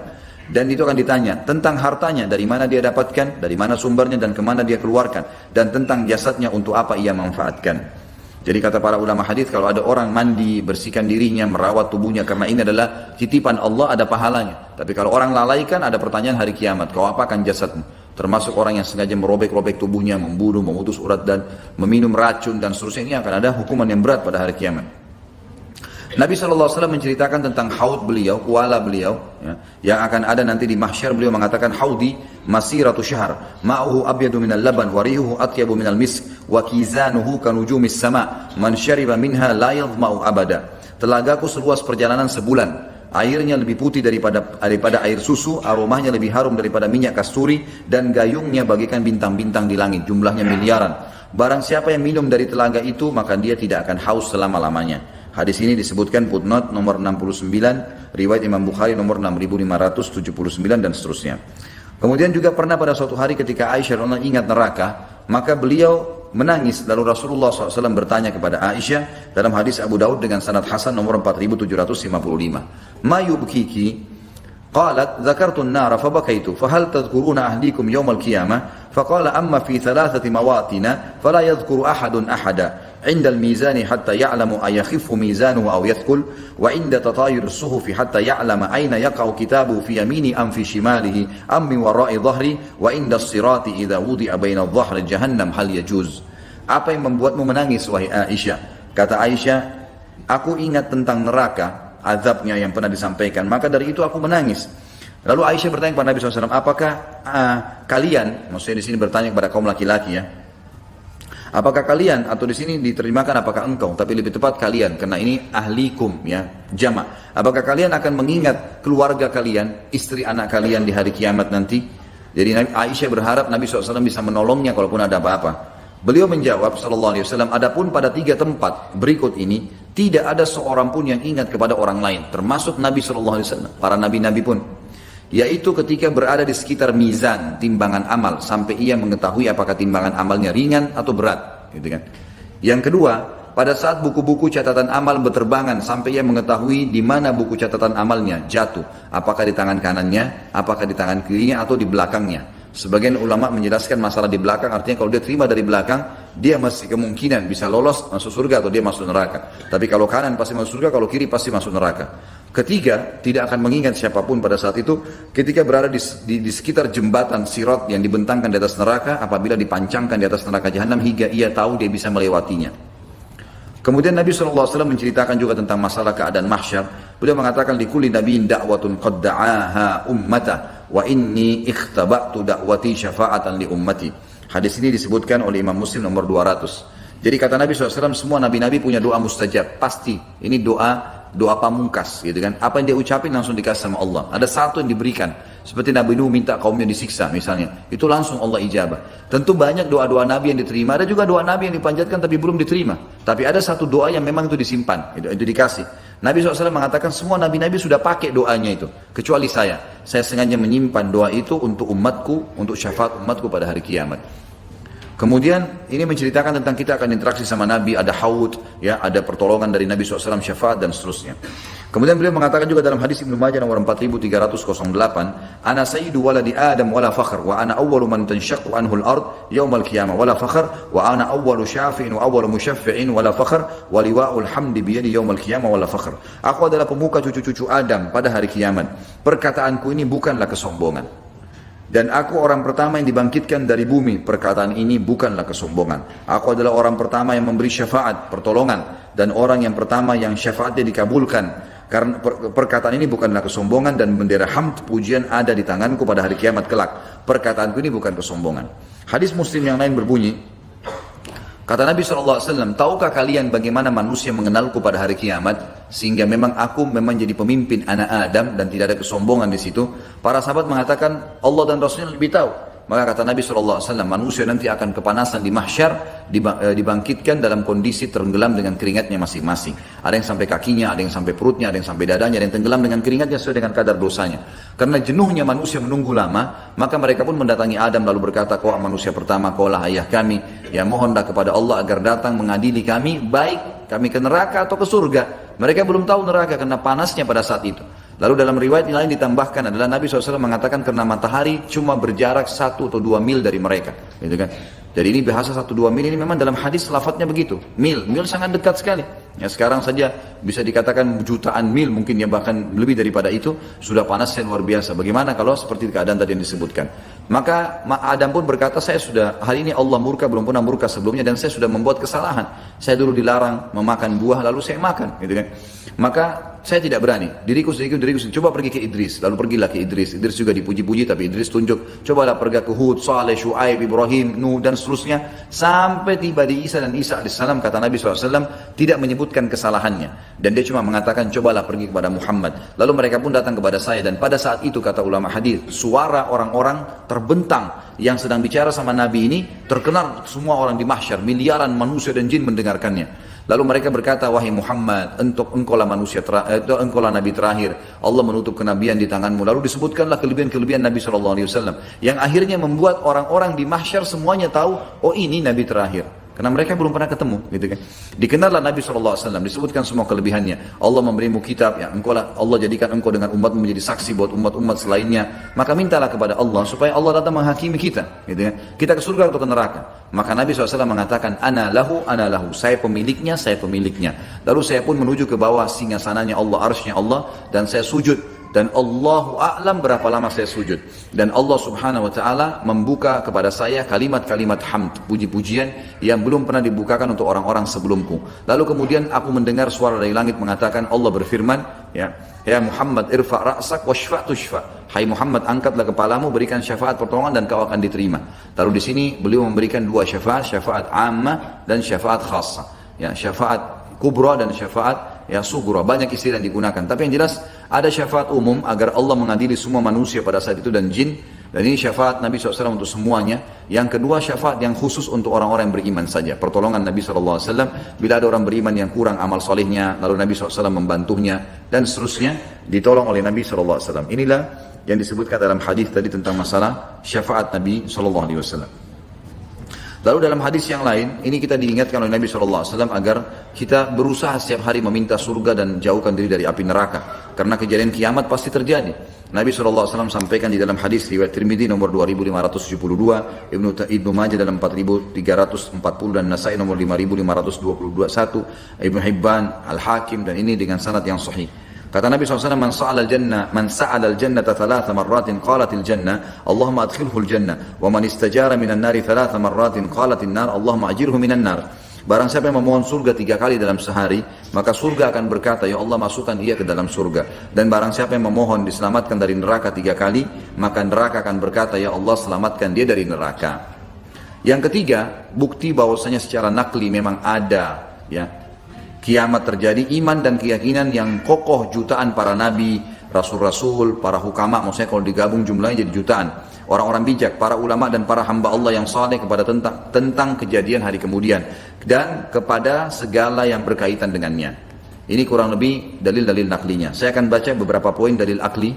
Yang pertama, kekuasaan Allah. Secara akal kiamat itu akan terjadi. Kekuasaan Allah untuk menghidupkan kembali makhluknya sesudah mereka mati. Sebab ya, menghidupkan kembali itu tidak lebih sulit daripada menciptakannya pertama kali tanpa ada contohnya. Artinya membangkitkan pasti lebih gampang, sebab menghidupkan, menciptakan dari awal lebih sulit. Secara akal mestinya bisa diterima itu. Yang kedua, tidak ada sesuatu pun yang ditolak oleh akal sehat tentang kebangkitan kembali dan pembalasan. Sebab akal sehat itu tidak akan menolak kecuali dalam hal yang mustahil, seperti adanya sesuatu yang berlawanan atau bertemunya 2 hal yang bertentangan, sedangkan kebangkitan hari kiamat dan pembalasan sama sekali tidak termasuk dalam hal itu. Bisa dijelaskan di poin ketiga, adanya hikmah kebijaksanaan Allah SWT yang tampak pada perbuatan-perbuatannya, pada makhluk-makhluknya, dan yang tampak pada setiap aspek dan sendi kehidupan, dan kenyataan-kenyataan ini tidak mungkin kalau tidak ada kebangkitan kehidupan kembali bagi makhluk itu, makhluk ini sesudah kematian mereka, dan tidak mungkin kalau kehidupan ini berakhir lalu amal perbuatan baik dan buruk mereka tidak diberi pembalasan. Nggak mungkin Allah berikan peraturan-peraturan, syarat-syarat, janji-janji, ancaman-ancaman kalau tidak ada kebangkitan secara akal. Yang keempat, adanya kehidupan dunia dengan segala kenikmatan dan kesengsaraan yang ada di dalamnya adalah sebagai bukti akan adanya kehidupan lain sesudahnya di alam yang lain pula, di mana di sana terdapat keadilan, kebaikan dan kesempurnaan, kebahagiaan, dan bisa jadi kesengsaraan yang lebih besar dan lebih utama daripada yang sebelumnya, di mana kehidupan dunia dengan segala kenikmatan dan kesengsaraannya telah tidak sebanding dengan kehidupan sesudahnya, kecuali sebagai gambaran dari satu istana dari istana-istana yang sangat besar, atau suatu kebun dari kebun-kebun yang rindang ya, yang berada di atas satu lembaran daun yang kecil. Ini kurang lebih gambaran penyampaian Syekh Abu Bakar rahimahullah tentang hari kiamat. Tentu di hari kiamat juga teman-teman sekalian ada banyak dalil yang menjelaskan ragam manusia yang akan dibangkitkan. Ada yang dibangkitkan seperti misalnya orang-orang yang sombong. Dalam hadis Bukhari disebutkan Allah akan membangkitkan orang-orang yang sombong, jabbarun, ukuran mereka seperti semut ya, dibandingkan manusia pada hari kiamat, dan orang-orang menginjak-injak mereka sementara mereka tidak mati. Itu contohnya. Ada orang dibangkitkan pada hari kiamat ya, wajahnya di bawah gitu kan, dan kakinya yang di atas. Ada orang yang dibalik wajahnya dengan bokongnya, dan beragam macam tipologi orang-orang yang dibangkitkan. Dan ini tergantung dari hukuman Allah kepada mereka. Kemudian juga setiap nabi akan berdiri dan diikuti oleh pengikutnya di belakangnya. Kata Nabi SAW, ada nabi nanti yang datang diikuti oleh segelintir orang-orang yang beriman padanya. Ada yang nabi yang tidak diikuti oleh satu orang pun, gitu kan? Dan ada orang-orang, ada nabi-nabi yang penuh dengan pengikutnya, di antara adalah Nabi SAW. Juga akan ada orang dibangkitkan hari kiamat sendirian, bukan nabi tapi orang beriman. Seperti misalnya sabda Nabi SAW tentang Zaid, ya. Zaid bin Amr bin Tufail, ya, bin Tufail. Ini terkenal orang muwahhidnya Quraisy. Anaknya namanya Sa'id bin Zaid. Ini orang salah satu yang dijamin masuk surga dari sahabat Nabi. Tapi ayahnya belum sempat beriman pada saat itu. Maka yang terjadi adalah Zaid ini meninggal sebelum Nabi SAW diutus jadi Nabi. Tapi dia beriman kepada Allah, mengikuti ajaran Ibrahim. Kata Nabi SAW, Zaid akan dibangkitkan sebagai satu umat sendiri. Jadi tidak ada orang di belakangnya, karena memang dia cuma beriman pada saat orang semua kufur kepada Allah Subhanahu wa taala. Kemudian juga ada hadis yang menjelaskan, saya yakin antum sudah tahu tentang ada kondisi orang-orang pada saat panas, ada 7 golongan yang dinaungi oleh Allah, tidak ada naungan kecuali naungannya. Orang-orang yang beriman tentunya, pemimpin yang adil, 2 orang yang saling mencintai karena Allah, berpisah dan bergabung karenanya, anak muda yang tumbuh dalam ketaatan Allah, seseorang yang diajak berzina oleh wanita yang terkenal kecantikan, keturunan, ya. Kemudian dia menolak, mengatakan saya takut kepada Allah. Seseorang yang bersedekah dengan tangan kanannya sampai tangan kirinya tidak tahu. Ini tentu isyarat saja ya, ibarat. Tentu tangan kanan, tangan kiri bisa tidak saling tahu, memang tidak bisa dalam akal manusia kita tahunya tidak bisa mengetahui gitu ya. Tapi ini ibarat, artinya kalau tangan kanan mengeluarkan kiri tidak tahu, artinya apalagi orang lain kalau dirinya saya tidak tahu gitu kan. Kemudian juga orang-orang yang terikat hatinya dengan masjid gitu kan.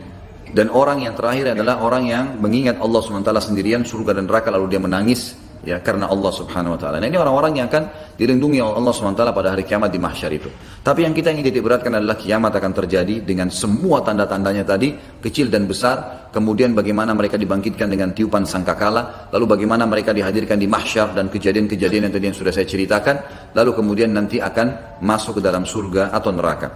Insyaallah ya, pertemuan akan datang saya akan bahas pasal ke-11 tentang azab dan nikmat kubur, dan setelahnya nanti saya minta teman-teman panitia masjid ingatkan saya akan datangkan buku khusus, judulnya itu Rasulullah bercerita tentang surga dan neraka. Di sini tidak disebutkan, saya akan bacakan nanti buku itu. Kita akan memberikan gambaran umum tentang surga dan juga tentang neraka supaya lengkap bahasan masalah akhirat ini, karena setelah pasal ke-11 nanti dari buku Minhajul Muslim, beliau langsung masuk pasal 12 tentang beriman kepada qada dan qadar, rukun iman yang ke-6. Allahu a'lam. Ini yang kita bahas, mudah-mudahan bermanfaat insyaallah.